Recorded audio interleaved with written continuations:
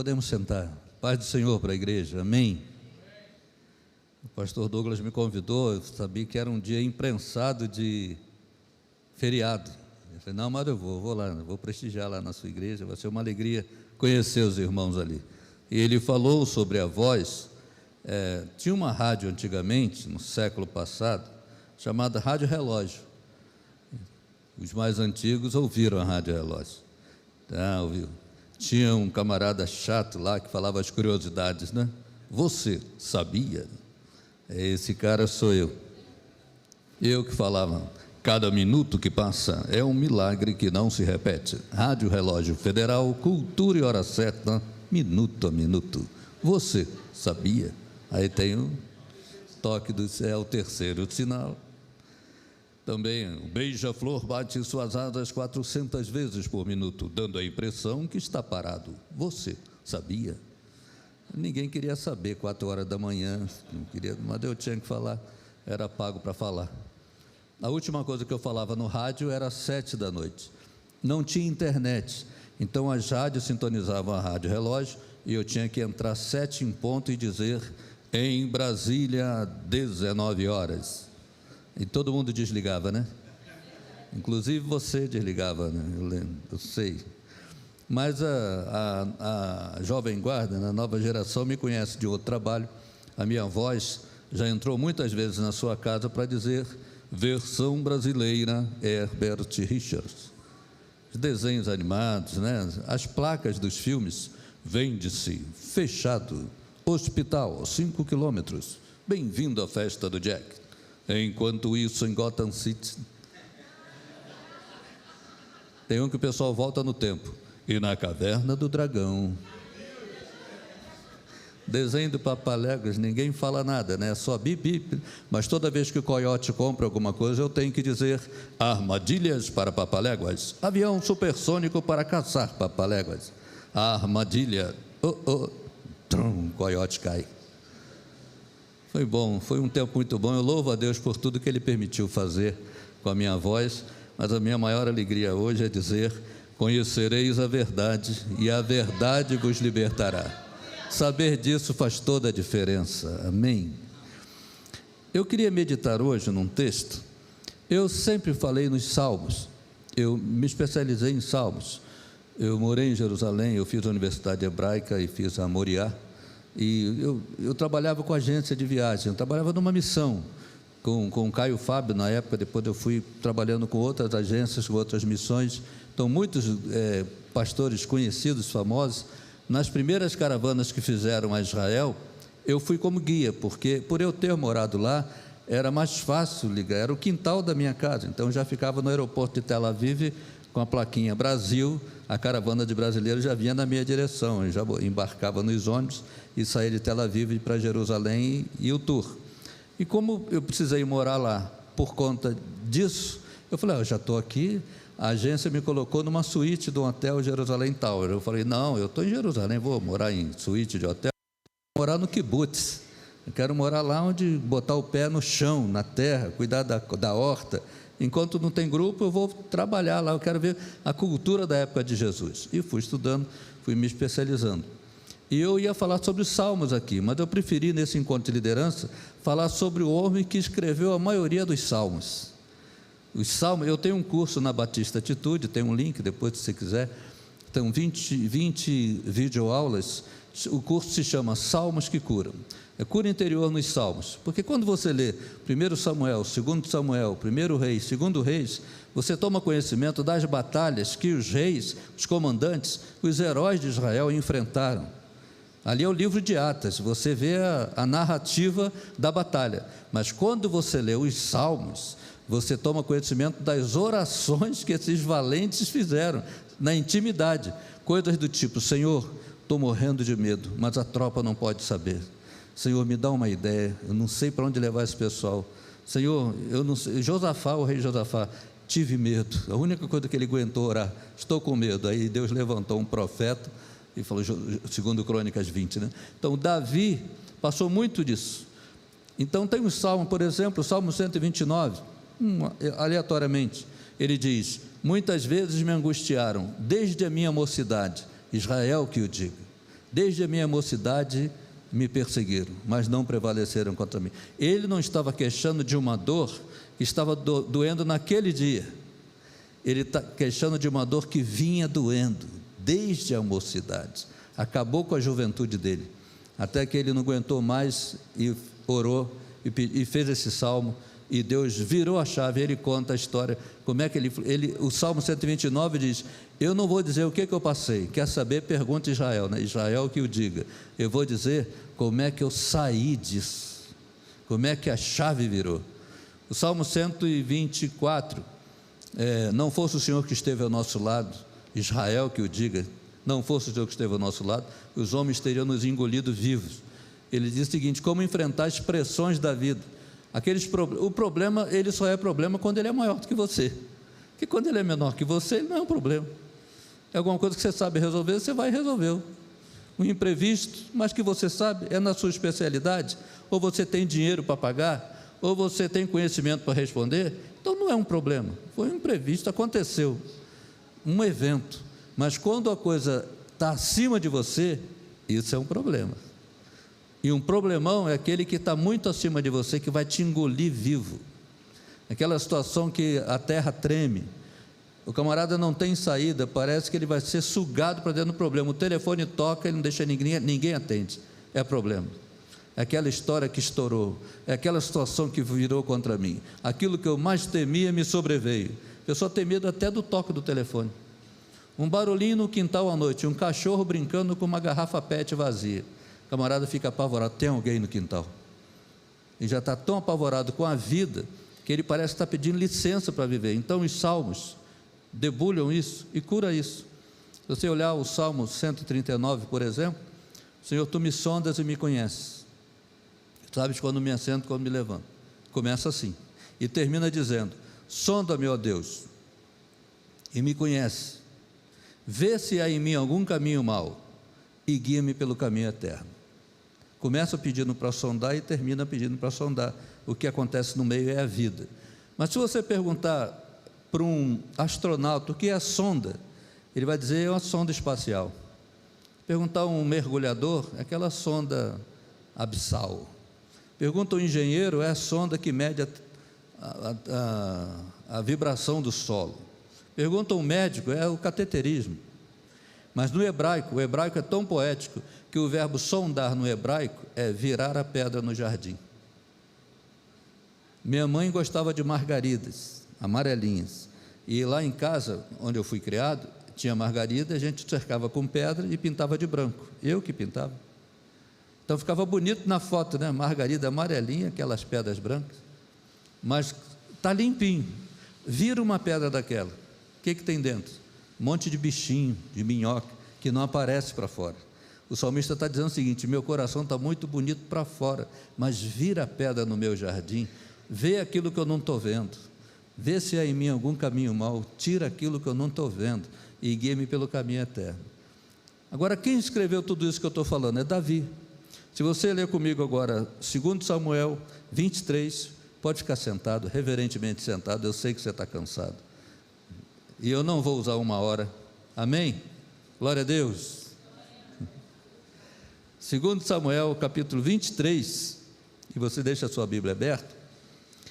Eu chamo isso de o inventário de Davi, as últimas palavras de Davi. O mesmo Davi, famoso porque fez tudo o que fez, vitorioso, era um homem que os filisteus tinham horror dele, porque as mulheres cantavam na rua que Saul matou milhares, porém Davi 10 milhares. O mavioso músico, cantor de Israel, que compôs os salmos e que conseguiu celebrar a música com a vida.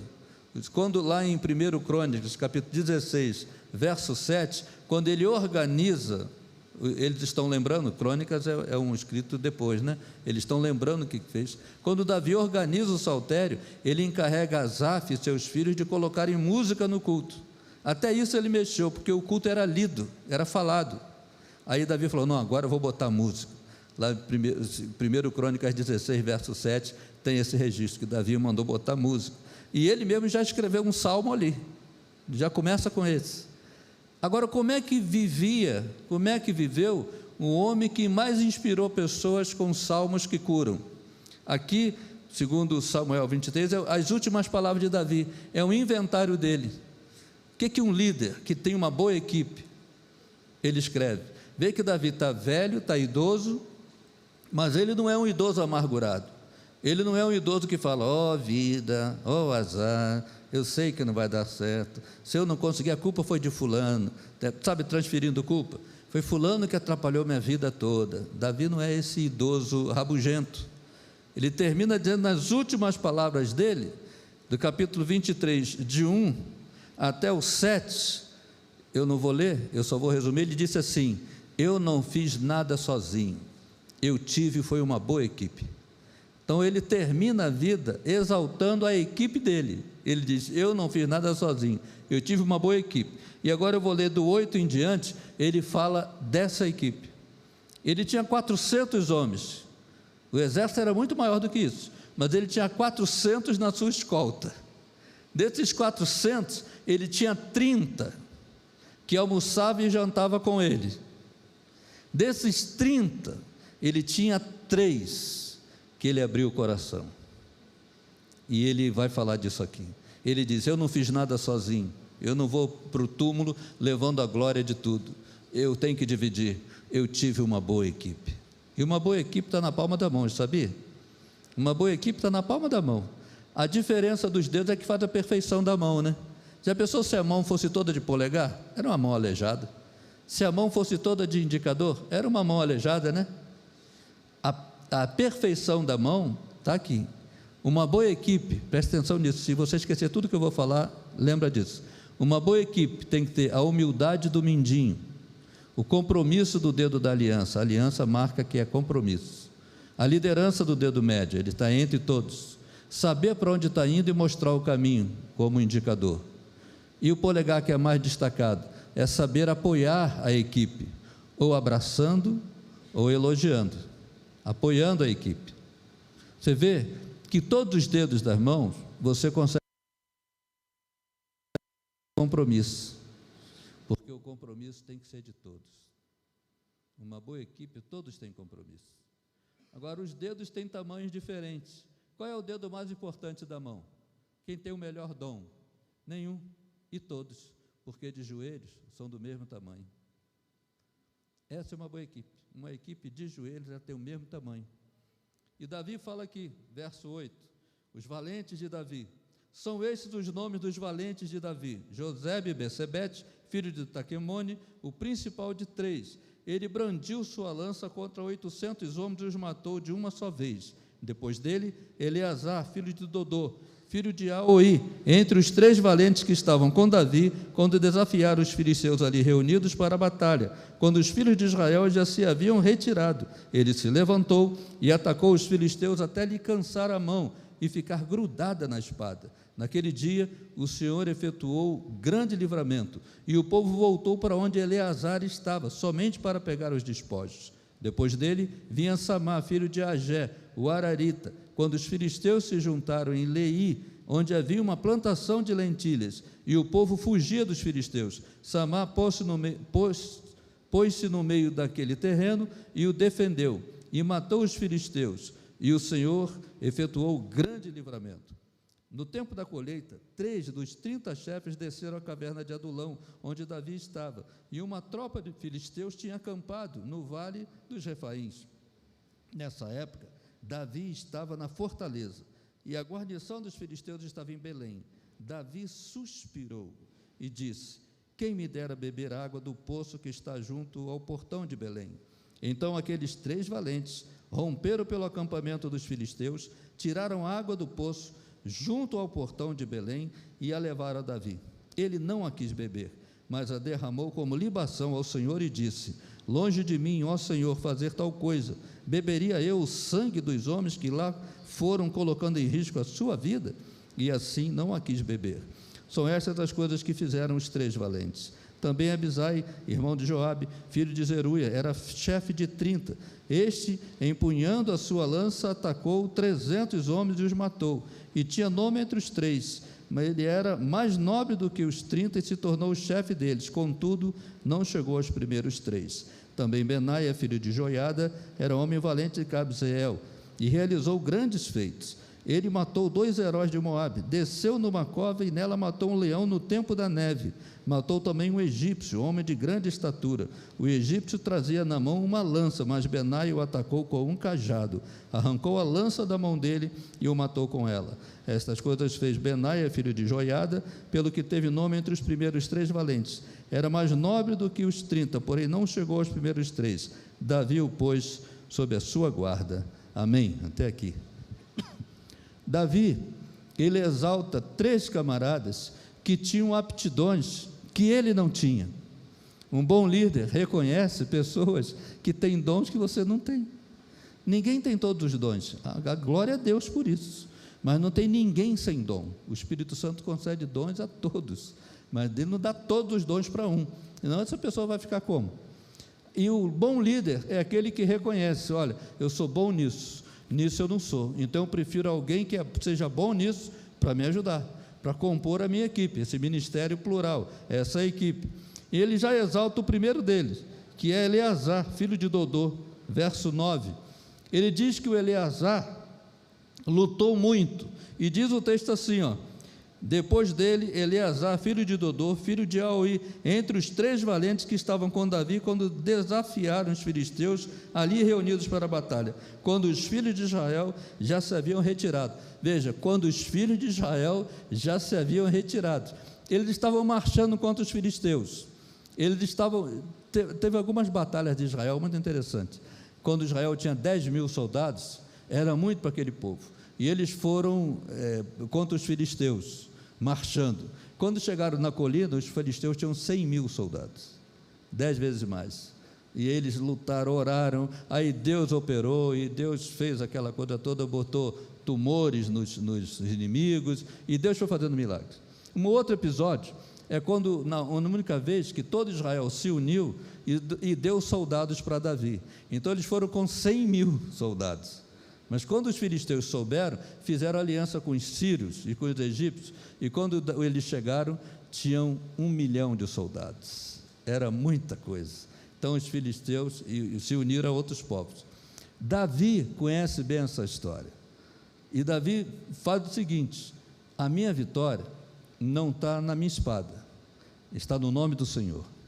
E ele lembra de uma batalha, quando os filisteus se reuniram no vale dos Refaíns, que é um vale, lá, se você olhar 2 Samuel 5,17, ouvindo os filisteus que Davi fora ungido rei, reuniram-se todos no vale de Refaim, a ponto de encher todo o vale.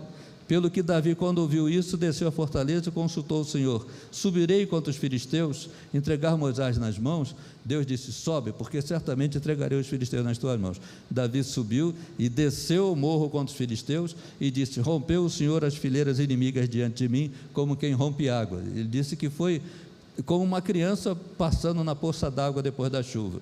Para os filisteus foi terrível, eles largaram até os seus ídolos. Os filisteus deixaram lá os seus ídolos, e Davi e os seus homens os tomaram, botaram mais lenha na fogueira, porque era o dia da comemoração. Davi estava sendo coroado rei, estava tendo churrasco lá em cima do monte, lá no Hebrom. E aí vem a notícia: os filisteus tornaram a subir pelo vale dos Refaíns. Refaim significa contenda. Davi desceu à fortaleza e consultou o Senhor, dizendo: subirei contra os filisteus, entregar Moisés nas mãos? Deus disse: dessa vez não subirás. Rodeia por detrás dele, por defronte das amoreiras, ou balsameiros, corrigido é balsameiro, atualizado é amoreiras, e fica ali orando, até tu ouvires um estrondo de marcha pelas copas das amoreiras. Soldado marcha no chão. Que estrondo de marcha nas copas das amoreiras? São exércitos celestiais, os anjos. Quando ouvires o estrondo, corre para ver. Foi o Senhor que saiu diante de ti a ferir o arraial dos filisteus. Fez Davi como o Senhor lhe ordenara, e feriu os filisteus desde Gebá até Jezé.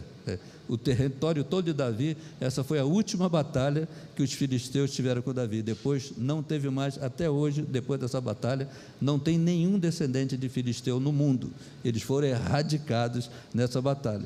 E Davi está lembrando disso. Ele lembra de Eleazar. Quando o povo de Israel viu a confusão, fugiu. Quando já tinham se retirado os filhos de Israel, Eleazar, Davi falou: meu Deus, estou sozinho. Ele escuta uma voz: não, meu rei, eu estou aqui.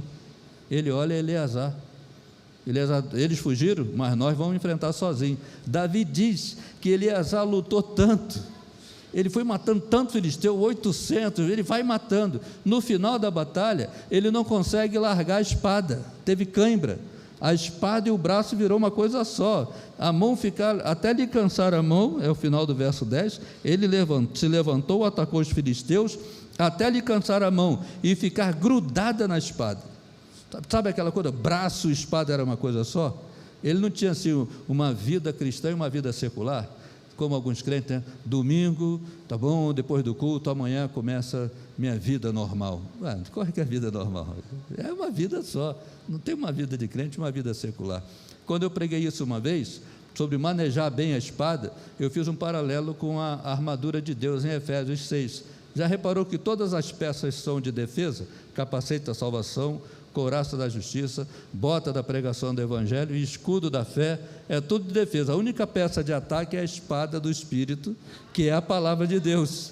A única peça de ataque é a Bíblia, é a palavra de Deus. E eu fiz um paralelo, Eleazar manejou tão bem que agarrou, era uma coisa só, o braço e a espada era uma coisa só, não tinha divisão. Ele manejava bem a palavra da verdade. E aí meu pai estava ouvindo essa pregação, voltando para casa, minha mãe que ensinou meu pai a ler e escrever. Ele era de Santa Rita de Jacutinga, no interior, nunca entrou numa escola primária, nem nada, e ele falou: filho, eu nunca vou manejar bem a palavra da verdade, porque a Bíblia é dessa grossura, e o pai lê devagar, eu nunca vou manejar bem a palavra da verdade. Eu disse: pai, a bem da verdade, manejar bem a palavra é usar 100% do pouco que o senhor sabe. Você aprendeu um versículo, usou ele, já está manejando bem a palavra da verdade. Porque Deus não é agiota, fica cobrando em juro mais do que você pode dar. Deus é aquele que fala assim: eu entendi o que você quis dizer. Você aprendeu uma verdade bíblica, usa essa. Meu pai era tão de estalo assim, que ele era relojoeiro, ele estava consertando o relógio com aquela lente, né? E relógio de pulso, parafusos minúsculos, chave de fenda minúscula, tinha que ter a lente, e a Bíblia estava aqui assim. Aí um amigo nosso, um amigo do papai, que ele ia lá só para bater papo mesmo, tomar cafezinho, ficar conversando, vendo ele consertar relógio, ficava uma roda de amigos para pegar relógio, para trazer relógio, e meu pai está consertando. Aí ele falou assim: Anésio, esse livro aí é Bíblia? Meu pai falou: é a Bíblia, está aqui. Aí ele perguntou de lá: esse livro ensina o caminho para o céu? Meu pai falou: ensina o caminho para o céu. Aí ele lá: e qual é o caminho para o inferno? Meu pai falou: segue esse que você está, que vai dar lá. O homem estrebuchou: não, eu quero ir para o céu. Eu falei: então vamos conversar. Eu batizei esse homem. Usa 100% do pouco que você sabe. Eu fui buscar ele uma vez na Praça 15, porque eu estava morando numa casa nova, e ele falou: não, filho, eu vou lá. Eu falei: pai, o senhor pode soltar errado, eu vou buscar o senhor. Aí me espera no ponto do ônibus, que é mais movimentado. Aí eu fui buscá-lo lá. Eu estou do lado dele. Passou um homem, uns 2 metros de altura, estava parado atrás, na fila. Passou um grupo de crentes. Esse homem falou assim: não gosto de crente. Meu pai falou: então é 2. Ele falou: o senhor também não gosta? Não, o senhor e o diabo. Eu gosto, eu sou crente. Se eu falo isso, dá briga. O homem entrou, nós entramos no ônibus, que eu acabei de ônibus com ele. O homem sentou do lado, meu pai sentou do lado do homem. Chegou no Norte Shopping, o homem saltou, passou por mim, não deu para sentar junto. Ele falou: o senhor é filho dele? Eu falei: sou. Ore por mim. Mas meu coração quebrantou. Ele era um evangelista, sim, analfabeto, mas tinha uma sabedoria que Deus dava assim: ó, o pouquinho que você sabe, se você usar, eu vou ungir. Eu peguei um Uber uma vez, e eu aprendi isso com ele. Eu estava indo lançar o meu curso Salmos que Curam. O homem do Uber falou: o senhor é pastor? Eu falei: sou, domingo à noite, terno e gravata. Aí quando eu sentei, ele falou: o senhor é crente? Eu falei: se eu sou pastor, eu sou crente. Ele falou: eu também já fui crente. Eu falei: é? E o que te tirou da igreja? Ele: a faculdade, porque a universidade abre a mente. Eu disse: depende, às vezes fecha. O que abriu tua mente lá? Ele falou: Trindade. A Bíblia nem tem essa palavra, e vocês crentes acreditam em Trindade. Vocês crentes, já se excluiu. Foi até roda de conversa na faculdade. Eu falei: me explica melhor, por que te tirou da igreja? Ele: pensa bem, vocês acreditam no Deus que é todo Pai, todo Filho, todo Espírito Santo. E quando junta não fica maior, é Pai, Filho e Espírito Santo. Ele devia ser, segundo ele lá, uma parte Pai, uma parte Filho, uma parte Espírito Santo. Aí sim, juntou Pai, Filho e Espírito Santo. Mas se ele já é todo Pai, não sobrou nada para ser Filho, nem para ser Espírito Santo. Eu disse, foi isso que te tirou da igreja? Ele, foi. Eu perguntei, você é casado? Ele, sou. Tem filhos? Tem uma filhinha. Desculpe perguntar, seu pai é vivo? Graças a Deus, papai é vivo. Aí eu perguntei, como é que seu pai te chama? Seu pai te trata de quê? Ele é, de filho. A tua filhinha te chama de quê? De pai. E a tua esposa te chama de quê? De esposo. Eu falei, você consegue ser três? Todo pai, todo filho e todo esposo? E quando junto é pai, filho e esposo? Se você consegue ser três, cara, Deus também consegue. E às vezes você age como pai, né? Tua filha te pede alguma coisa, às vezes você age como filho, teu pai te pede alguma coisa, às vezes você age como esposo, tua esposa te pede. Cara, você é trindade o tempo todo, não entra em crise. Deus é, você se escandaliza. Aí ele, vou voltar para a igreja hoje. Eu fui fazer o lançamento do meu livro na UERJ, e aí não me avisaram que tinha uma vaga lá dentro. Aí eu estacionei ali, quase voltando para o Maracanã. Aí tem uns trailers, antigamente vendiam umas cachaças ali, de vez em quando vendem, eles botam o jornal no vidro, no litro, né, para deschavar. Aí eu cheguei, encostei ali, veio um senhorzinho que toma conta dos carros. Quando ele me viu com a Bíblia na mão, ele falou assim, ih, pastor, não vou tomar conta de carro de pastor, não, dízimo é roubalheira, dízimo nunca vai entrar na minha cabeça, nunca vou entender esse negócio de dízimo. Ele não falou comigo, ele falou para eu ouvir, então eu não tinha obrigação de responder, não estava falando comigo, e saiu de perto. Eu fui lá, dei minha palestra, a turma de hebraico, filosofia e história, as três foram dispensadas para assistir minha palestra, fui considerada a aula dada, foi bom, passei pela sabatina, teve perguntas e respostas sobre Israel na Bíblia, e depois vendi todos os livros, o pessoal está comprando qualquer coisa, compraram meus livros todos. Era uma feira de ciência. Então o pessoal da Aliança Bíblica Universitária, ABU, eles disseram, pastor, seria elegante o senhor visitar a feira, né? A gente abriu o espaço para você lançar o livro. Eu disse, claro, fizeram as honras da casa, vão lá. E tem um menino da física, que é ateu, pediu para o senhor ir no estande dele. Eu falei, então vamos começar pelo dele, com esse convite especial. Pensa num menino inteligente. Esse garoto vai para a NASA. Você sabe que o ímã, positivo com negativo, agarra. Positivo com positivo afasta, negativo com negativo afasta. Mas positivo com negativo cola. Ele fez um sistema solar com esferas de aço. A esfera maior, positiva, representando o Sol. E as esferas menores, negativas, representando os planetas.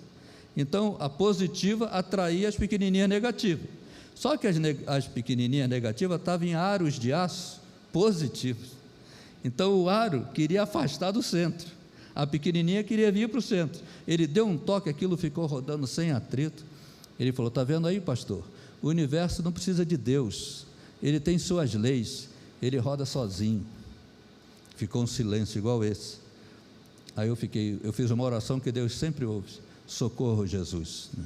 Me dá uma ideia. Aí eu olhei no branco dos olhos dele e falei, que lindo esse seu projeto. Mas quem é você em relação a esse invento? Ele disse, o Criador, sou o Criador. Eu falei, tua resposta foi tua confissão. Teve que ter um Criador, né? O universo também teve um Criador que botou a bola grande acesa, as bolas pequenininhas, aros invisíveis, deu um toquinho e está rodando até hoje. Ele falou, poxa, eu vou na sua igreja. Eu falei, que bom. É uma besteira, às vezes, um empecilho. Quem maneja bem a palavra da verdade é quem usa o pouco que sabe. E aí você vai mergulhando mais. Mergulha quanto mais, mas não para de usar, não espera saber tudo para usar, vai usando, conforme vai aprendendo. Eu fui falar num congresso de teologia, e o pessoal tem muitas perguntas complicadas e muitas dúvidas, mas às vezes é um empecilho pequeno. Mateus 27:9 fala que quando Judas recebeu o dinheiro da traição, 30 moedas de prata, ele se arrependeu e foi se enforcar, mas antes disso passou pelo templo e devolveu o dinheiro. O pessoal, não, a gente não quer esse dinheiro de volta, isso é dinheiro de traição, dinheiro de sangue. Não quiseram receber, ele jogou no templo. Os sacerdotes cataram aquele dinheiro e falou, olha, esse dinheiro é maldito, não pode entrar no gasofilácio. O que faz com esse dinheiro? Vamos comprar um campo no nome do Judas aí, vai comprar, bota a escritura no nome dele, vamos comprar um cemitério, fazer um cemitério para viajantes, para indigentes, porque o judeu não sepulta estrangeiro no cemitério judaico. enterra embaixo de uma árvore, no deserto ou na lixeira, porque eles não profanam o cemitério. Então, comprando um campo para cemitério para indigentes, que é chamado Aceldama, campo de sangue. E lá em Mateus diz que foi cumprido o que fora dito por Jeremias. Você vai em Jeremias, não tem isso. Jeremias se falou, não escreveu, não tem nada escrito em Jeremias. Mas você vai em Zacarias, tem direitinho o que eu estou falando. A profecia que ele compraria o campo de sangue está em Zacarias. E Mateus fala Jeremias. Quem errou? Mateus nunca erraria o profeta, porque Mateus era publicano. Publicano é funcionário público. O funcionário público, ele tinha que ser judeu raiz, não somente saber a língua, tinha que saber os costumes, a tradição. E um judeu raiz, aos 12 anos, com a Torá na mão, ele recita todos os profetas na frente do templo, agora no Muro das Lamentações, todos os profetas e a mensagem principal de cada profeta. Aos 12 anos, faz isso de cor. Ele nunca erraria. Jeremias se trocaria por Zacarias. A sociedade bíblica errou? Não, porque a grafia de Jeremias é diferente da grafia de Zacarias, não é uma apóstrofe que era assim e colocou assim, é diferente. Ninguém errou. O cânon, nos rolos, a divisão é assim, ó, o rolo de Jeremias tem Jeremias, Lamentações e Zacarias, e por fora vem escrito Jeremias. Você vai em qualquer sinagoga e pede, me dá o livro de Zacarias, eles te dão um rolo de Jeremias. Mateus falou do jeito certo, no rolo de Jeremias, na parte de Zacarias. Então ninguém errou. Besteiras assim que viram um cavalo de batalha na cabeça do outro. Pessoal, agora eu sou ateu, porque não explicaram isso, a Bíblia está errada. Não está. Você precisa ser Eleazar. Eleazar, o que maneja bem a espada, maneja bem a Bíblia, até ela agarrar na tua mão. Isso faz um bom líder. Um bom líder é aquele que domina bem a palavra. O segundo exemplo de Davi, verso 11, é o Samá, filho de Agé. Ele é muito legal, ele está lutando lá. E no meio da luta ele percebeu que no campo de lentilha, uma tropa de filisteus estava devastando a plantação. Porque os filisteus tinham essa estratégia: se a gente perder na espada, não vai ter colheita e vocês vão morrer de fome. Samá viu isso, saiu da batalha, foi para o campo de lentilha e expulsou os filisteus. Um bom líder, ele tem que ter essa face também, da ação social, defender o pão do outro. Porque nós homens, nós perdemos muito a sensibilidade. Nesse mundo cheio de enganadores, nesse mundo cheio de espertalhões, a gente acaba ficando muito empedernido, muito endurecido com a dor do próximo. Eu fui pastor de uma igreja, e era interessante. Teve um almoço das irmãs no sábado à noite, e fizeram muita comida. O que é que normalmente uma igreja faz com a comida que sobra no sábado à noite? Bota na geladeira, na escola dominical vende quentinha. Vende, almoça, compre o almoço, ou então almoça na igreja. Não perde nada. Então tinha bastante comida lá na cozinha. Depois da escola dominical, a gente ia comer na igreja. Eu sempre gostei de chegar antes no culto. Eu gosto, no final do culto, cumprimentar o pessoal na porta, mas às vezes não dá, o pessoal está com pressa, acabou tarde, ou alguém prende a gente aqui, a gente não consegue chegar lá. Então eu chego antes. As igrejas que eu pastoreio, eu cumprimento a pessoa que está chegando, porque eu não tenho ideia do que ele venceu para chegar na hora.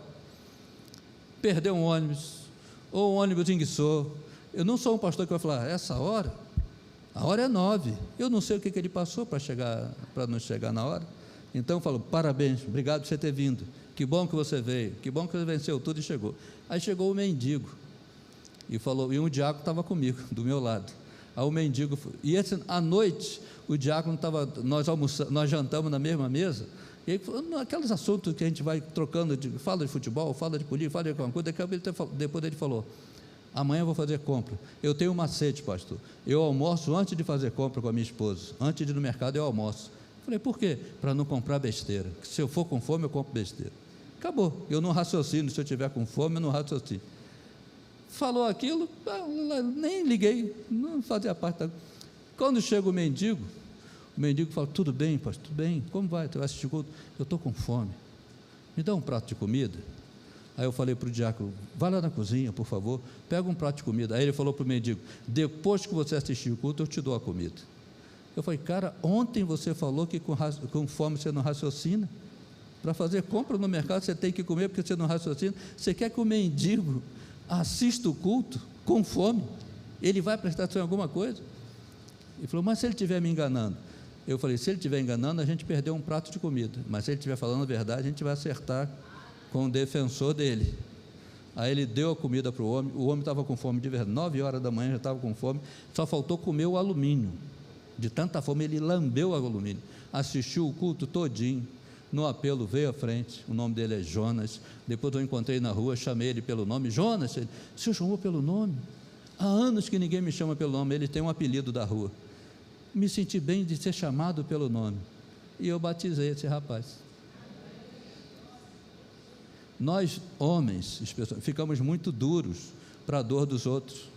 Nós precisamos ser como Samar, filho de Agé, aquele que defende o campo de lentilha. O bom líder não é o que só briga, o bom líder é aquele que socorre, é aquele que tem sensibilidade com a dor do outro. Tem crentes que em casa é o Satanás e na igreja é um anjo, né? Não consegue cuidar da família. O bom líder, ele não perde as sensibilidades, ele olha com compaixão o irmão. E em último lugar, o terceiro está no versículo 20, também Benaias, filho de Joiada, era um homem valente de Cabzeel, realizou grandes feitos, ele matou 2 heróis de Moabe, os moabitas são grandes, 2 heróis de Moabe, desceu numa cova e nela matou um leão no tempo da neve, tirou o leão da cova quando estava na neve. Sabe quando aquele ditado, tem que matar um leão por dia, porque senão amanhã vai ter que matar 2, daqui a pouco vão dizer que você é covarde, tem medo de leão, tem que matar o leão, e no dia da neve, no frio, quando não tem ninguém para te aquecer, quando não tem ninguém para te incentivar, vai, você tem que se incentivar. Ele foi e matou o leão, matou um gigante, o gigante, verso 21, matou também um egípcio, homem de grande estatura, o egípcio trazia na mão uma lança, mas Benai o atacou com um cajado, arrancou-lhe a lança das mãos e o matou, e Davi o pôs sob o seu guarda, como seu guarda-costas. Olha, interessante, o gigante veio armado, veio com lança, com espada, Benai o atacou com um cajado. Irmão, cajado não é instrumento de guerra, cajado é instrumento de pastoreio. Quando fala, tua vara e o teu cajado me consolam, no Salmo 23, eu fui criado numa igreja fundamentalista, quando era criança, muito xiita, que eles pregavam que a vara é para quebrar a pata da ovelha, e o cajado bater na cabeça dela, depois passa o óleo. Nenhum pastor de Israel faz isso. A ovelha é tão medrosa que se o lobo rosnar, ela paralisa, as pernas não obedecem, ela não consegue fugir, aí o lobo vem e estraçalha ela. A vara é para bater no lobo, e o cajado, que é assim, ele trabalha o contrário. Quando a ovelha cai no buraco, a ovelha é míope, ela só enxerga até ali, então ela desgarra fácil. Se ela cai no buraco, o pastor vira o cajado e pesca ela, levanta ela, tira do buraco. Quando o salmista Davi fala, a tua vara e o teu cajado me consolam, ele está dizendo o seguinte, quando eu for atacado, tu me proteges, se eu cair, tu me levantas. Benai atacou os gigantes com um cajado, postura pastoral, postura de crente. Tem crente que fala, ó, eu sou crente, mas eu sei brigar, hein? O certo é, eu sei brigar, mas eu sou crente. Mas eu sou crente. Isso é que tem que prevalecer, postura pastoral. A palavra branda desvia o furor. O bom líder, ele tem postura pastoral, ele desmonta o outro, sem perder a postura pastoral. O outro pode vir bélico, armado para a briga. O bom crente, o bom líder, é aquele que a equipe percebe que ele é equilibrado. Tanto que Davi falou, eu vou botar esse cara como meu guarda-costas, porque Davi era pavio curto. Lembra de Nabal? Davi mandou um recado para o fazendeiro Nabal, manda uns pães para os meus homens, passas, já está na época da colheita e tal, porque nós estamos com fome, e a gente sempre defendeu a tua fazenda, para filisteu não atacar, os amalequitas, a gente se defendeu, manda uma merenda para nós, que a gente vai fazer uma viagem longa, e o meu povo está com fome. O mensageiro traz, Nabal manda uma resposta, quem Davi pensa que é? Aquele cão vai comer da minha comida? Nunca. O mensageiro volta com essa resposta. Davi falou, então vamos lá, gente, não deixa ninguém vivo, nem cachorro, mata tudo que respira, ele e tudo que respira. O mensageiro ouviu isso, correu, falou para Abigail, a esposa de Nabal, Davi está vindo aí, isso aconteceu assim, assim, assim, a resposta foi essa, ele já está vindo. Abigail pegou um jumento, pegou o garoto lá, me ajuda aqui, põe cachos de uva, passas, leite, vinho, queijo, encontrou Davi no meio do caminho. Davi já estava chegando, ela encontra o Davi no meio do caminho e falou: está aqui a merenda, aquele homem é homem de Belial, ele é doido. Davi falou: você hoje impediu de derramar muito sangue na tua casa, você é valorosa, por causa de você a tua casa vai ficar viva. Depois o Nabal sabe disso e infarta, né? Ele está comendo e eles, quando disseram para ele que ele quase morreu naquele dia, ele infartou. Aí Davi vai e casa com Abigail. Davi é pavio curto, mas quando ele viu que Benaia, filho de Joiada, enfrentava qualquer briga sem perder a postura, ele falou: eu preciso de um cara desse do meu lado como conselheiro. O bom líder é um esteio, um bom líder é aquele que ouve. E qual foi a maior característica desses três? Diz o texto aqui: quando os homens de Davi estavam na fortaleza com ele, e os filisteus acampados lá naquele poço, onde Davi foi criado, bebendo água daquele poço, o gosto daquela água, o cheiro daquela água lembrava Belém. Ele olhou e diz o texto que ele suspirou: quem me dera beber água daquele poço. O que é suspiro? Suspiro é um pensamento que escapa pela boca. É a pessoa que vai falar e fala: ai meu Deus. Ele podia pensar: ai meu Deus, mas foi tão espontâneo que ele: ai meu Deus. Ele falou: ai, quem me dera. Os caras escutaram o suspiro. O bom líder é aquele que consegue escutar o suspiro. Bateu o olhar, ele já entendeu a mensagem. Ele conhece o olhar do líder. Ele conhece o suspiro do líder. O líder olha para ele, ele já entendeu a mensagem. Uma boa equipe é assim: aquele que sabe ouvir o suspiro do outro, está perto do outro. Venha o que vier, eu estou com você, nós estamos juntos, essa batalha é nossa. Esses três são exemplos dos valentes de Davi. Eleazar maneja bem a Bíblia, Samar tem sensibilidade com a dor do outro, e Benaia tem postura e equilíbrio pastoral. Que você tenha essas qualidades e que Deus te abençoe. Amém, meu pastor.